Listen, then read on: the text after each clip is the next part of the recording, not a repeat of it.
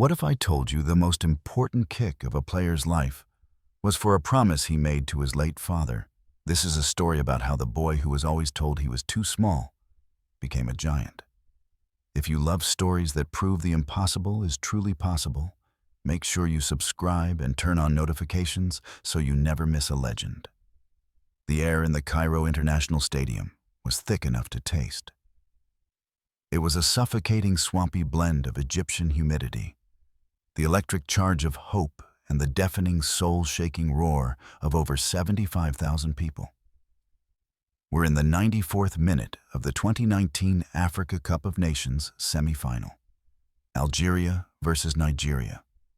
The scoreboard glows 1-1. Extra time and the cruel lottery of a penalty shootout feels absolutely inevitable. Then a whistle. A foul is given. 25 yards from the Nigerian goal, just a little to the right of center. This is it. The very last kick of the game.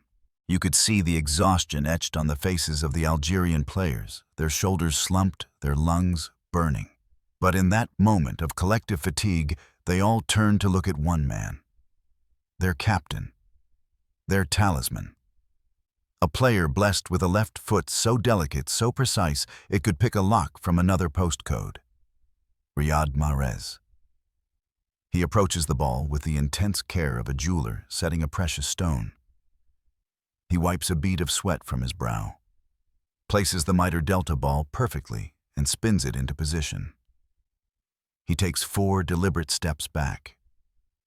Across from him, the Nigerian wall, a line of giants in green, brace themselves, linking arms forming a human barrier. The entire stadium, a cauldron of noise just seconds before, holds its breath. The referee's whistle cuts through the tension. For a split second, there is a sacred hush, a shared moment of reverence and terror. Then a blur of white, a flash of a left boot. The ball doesn't just go over the wall, it soars, it bends it, arcs through the heavy night air. A perfect, vicious, beautiful curve that seems to defy physics itself.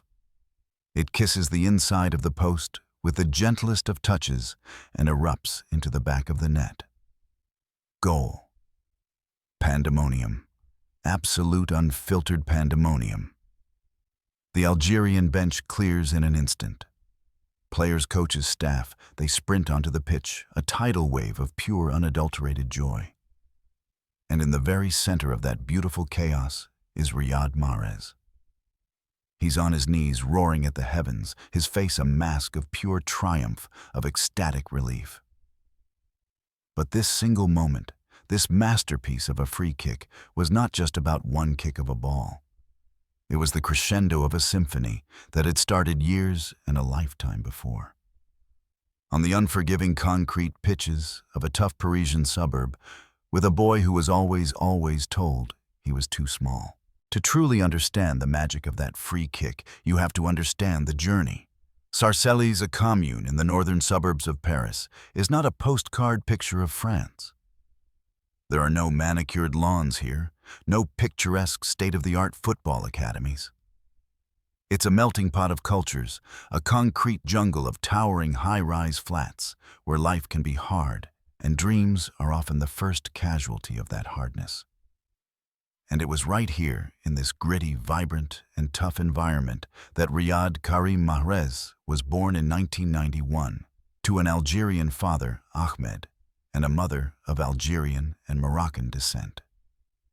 From the moment he could walk, a football was his most loyal companion. The Cité, the housing estates of Sarcelles, they were his Wembley Stadium. The gaps between the looming apartment blocks, those were his goalposts. His education wasn't in a classroom, it was in foot-de-rue street football. This was not the coached, structured game of the academies. This was raw. It was instinctive, it was fiercely, brutally competitive.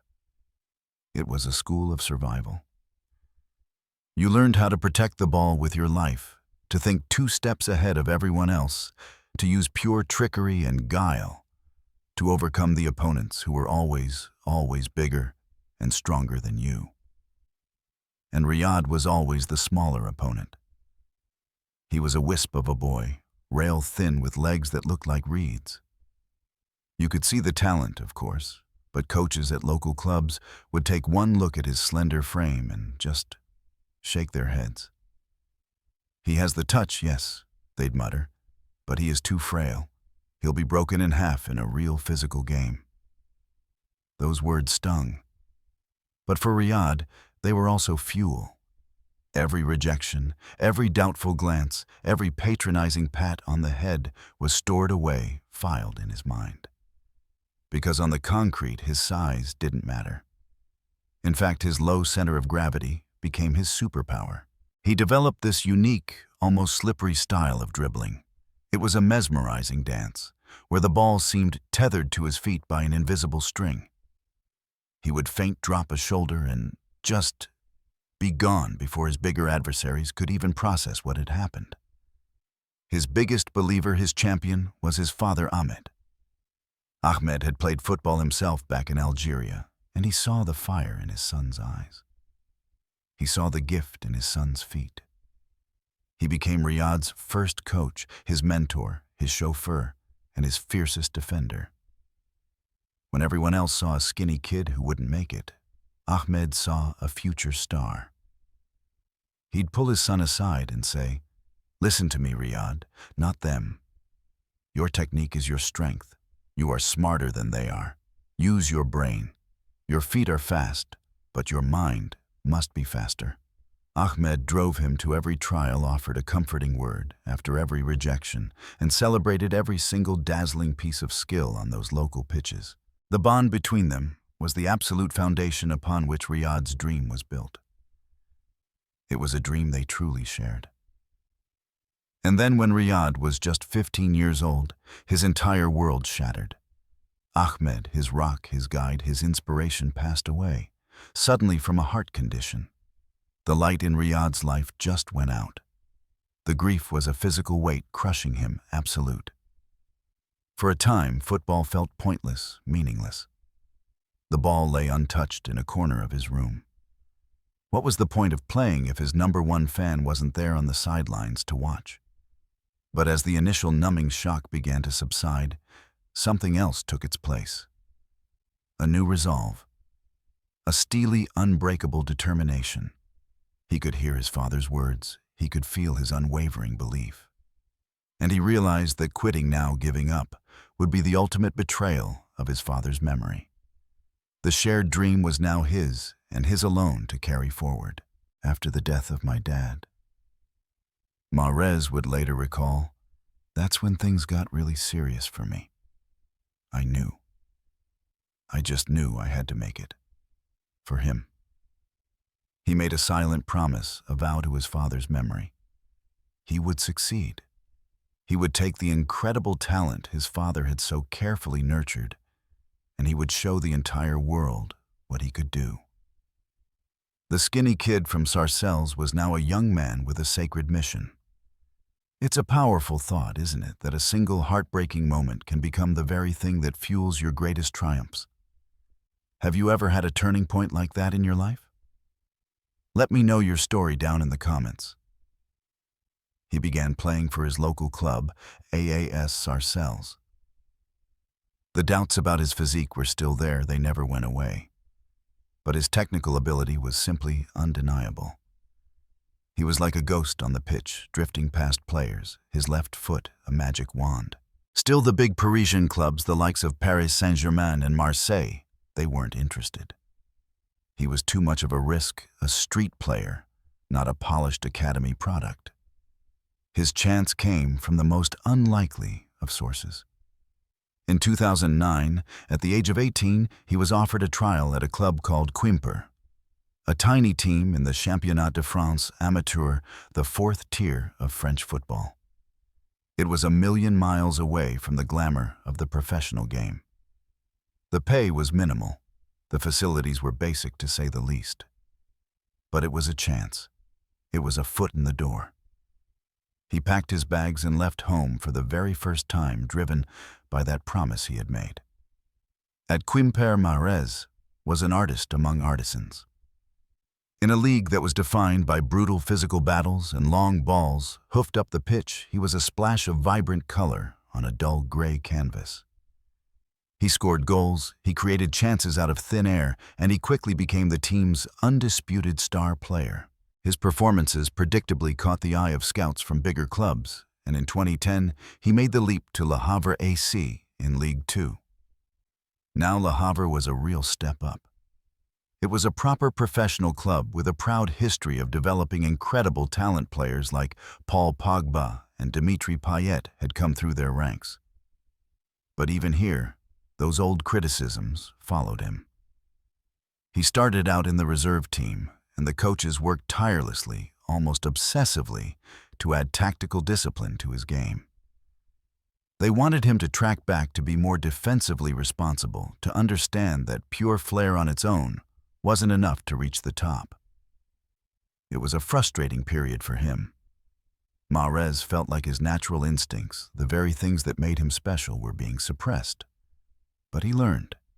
He listened. He adapted. He understood that to climb the ladder, he had to add new layers to his game. He finally broke into the first team and began to show flashes, real brilliant flashes of the world-class player he was destined to become. And then during a routine League Two match, fate intervened. Steve Walsh, the head of recruitment for a mid-table English club called Leicester City, was in the stands. He wasn't even there to watch Riyad. He was scouting Mahrez's teammate, a player named Riyad Mahrez. But as the game went on, his eyes kept being drawn to the skinny, tricky winger on the opposite flank. Walsh saw past the slight frame. He saw the exquisite first touch, the sheer intelligence of his movement off the ball, the incredible bravery to constantly take players on. He saw a player who could unlock any defense. A key. He returned to Leicester and told his manager, Nigel Pearson, that he had found a diamond in the rough. When Leicester's offer came in January 2014, Mahrez was hesitant. He knew absolutely nothing about the club. He knew they played in the Championship, England's notoriously physical second division. His friends, his family, his agent, every single one of them advised against it. "Riyad, you are not built for English football," they warned him. "It's all tackles and running and long balls. They will kick you right off the park." Mahrez, however, had an instinct. He was tired of the doubts, tired of being underestimated. He wanted a new challenge. He actually Googled the club, and confusing it with Leicester's famous rugby team, was initially put off by the sight of these huge, burly men, but he trusted Steve Walsh's belief in him. He decided to take the gamble. For a meager fee of around £400,000, Riyad Mahrez flew to the English Midlands. Leicester City was a revelation. The pace of the game was relentless. The tackles were ferocious, and the weather, well, it was perpetually gray and wet. But the fans embraced him immediately. They loved his audacity, his box of tricks, his absolute refusal to be intimidated. He helped the club secure promotion to the Premier League in his first few months. Their first season back in the top flight, 2014-15, was a brutal, grueling fight for survival. For months on end, they were rooted to the very bottom of the table, dead and buried. But in the final 9 games of the season, they produced one of the greatest escapes in Premier League history, winning an incredible 7 of them to stay up by the skin of their teeth. Mahrez played a key role, his confidence visibly growing with every single game. And then came the 2015-16 season. The manager who had saved them, Nigel Pearson, was sacked and replaced by the amiable, charming Italian, Claudio Ranieri. The bookmakers installed Leicester City as 5,000 to 1 outsiders to win the league. To put that in perspective, it was a longer shot than finding Elvis Presley alive. It was impossible. What happened next is the stuff of legend. It's a fairy tale that will be told for 100 years. It was a perfect storm of incredible chemistry, unshakable belief, and tactical genius. Ranieri's famous dilly-ding, dilly-dong charm fostered a fearless family atmosphere. Jamie Vardy, a striker who had been playing non-league football just a few years earlier, started scoring for fun and couldn't stop. N'Golo Kanté, another unheralded signing from France, played like two men in midfield, covering every single blade of grass. And then there was Mahrez. That season, he was simply unplayable. He was the architect of the fairy tale. He played with the same freedom he had on the Sarcelles streets, but now with the lethal end product of a world-class forward. He scored 17 goals and provided 11 assists. But even those numbers don't tell the whole story. It was the way he played. The audacious body feints that left world-class defenders sprawling on the floor. The cheeky no-look passes that split entire defenses wide open.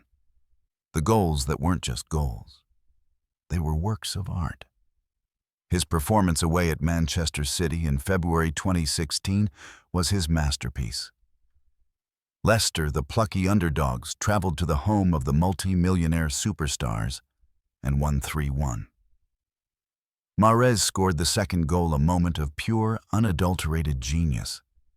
He received the ball faced up to the defender, performed a dizzying, hypnotic step-over that sent the man to the shops, and then rifled the ball into the net. In that single moment, the world knew. This was not a fluke. This was real. As the season reached its unbelievable climax, the pressure mounted, but Leicester never faltered. They were crowned Premier League champions, completing the most improbable, the most beautiful triumph in the history of team sports. The skinny kid from Sarcelles, the boy who was too frail, was voted the PFA Players' Player of the Year by his peers. He was officially the best player in the toughest league in the world. He had reached the summit. They had done the impossible. It's one of the greatest stories our sport has ever produced. And here on Legends of Football League, we live for stories just like this one. Tales of underdogs, forgotten heroes, and moments that defy all logic. If that's the kind of football you love, then hit that subscribe button, because we have so many more legends to share with you. Winning the league with Leicester was a dream come true, but Mahrez was fiercely ambitious. He had tasted the top, and he wanted to stay there. He wanted to play in the Champions League every year, to compete for every single trophy. After another season with Leicester, he knew that to fulfill that ambition, he had to move on. The move was not straightforward. It led to a frustrating and public transfer saga. But in the summer of 2018, he finally got his wish. Manchester City, managed by the legendary Pep Guardiola, paid a staggering $60 million to sign him. If Leicester was a close-knit family, Manchester City was a high-performance corporation. He was no longer the undisputed star, the main man. He was now a cog in a finely tuned, beautiful machine surrounded by world-class talent at every single position on the pitch. The pressure was immense. Guardiola's system is famously complex, demanding incredible tactical intelligence and a relentless, non-stop work rate. Some players would have crumbled under that weight, and Mahrez struggled initially to find his rhythm and a regular place in the starting 11. But he drew on that same deep well of resilience that had carried him all the way from Sarcelles. He worked, he listened, he adapted. He learned how to blend his individual brilliance with the collective needs of the team. He became a crucial player for Guardiola, a man for the big occasion. While he might not have started every single week when he played, he so often made the difference. He won more Premier League titles, FA Cups, and League Cups. He became a serial winner, his trophy cabinet overflowing. He had now won everything there was to win at the club level. It's a testament to his incredible ambition.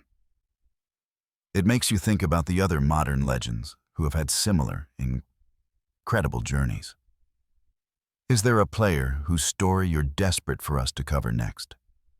Drop their name in the comments. We're always looking for our next legend.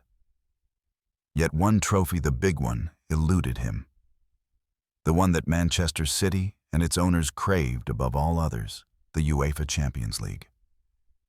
There were heartbreaking near misses, none more painful than a final defeat to Chelsea in 2021. But in the 2022-23 season, they finally did it. Mahrez played his part in a historic, incredible treble-winning season as City at long last conquered Europe. The boy who had won the ultimate underdog prize now had the ultimate establishment prize. He had completed club football.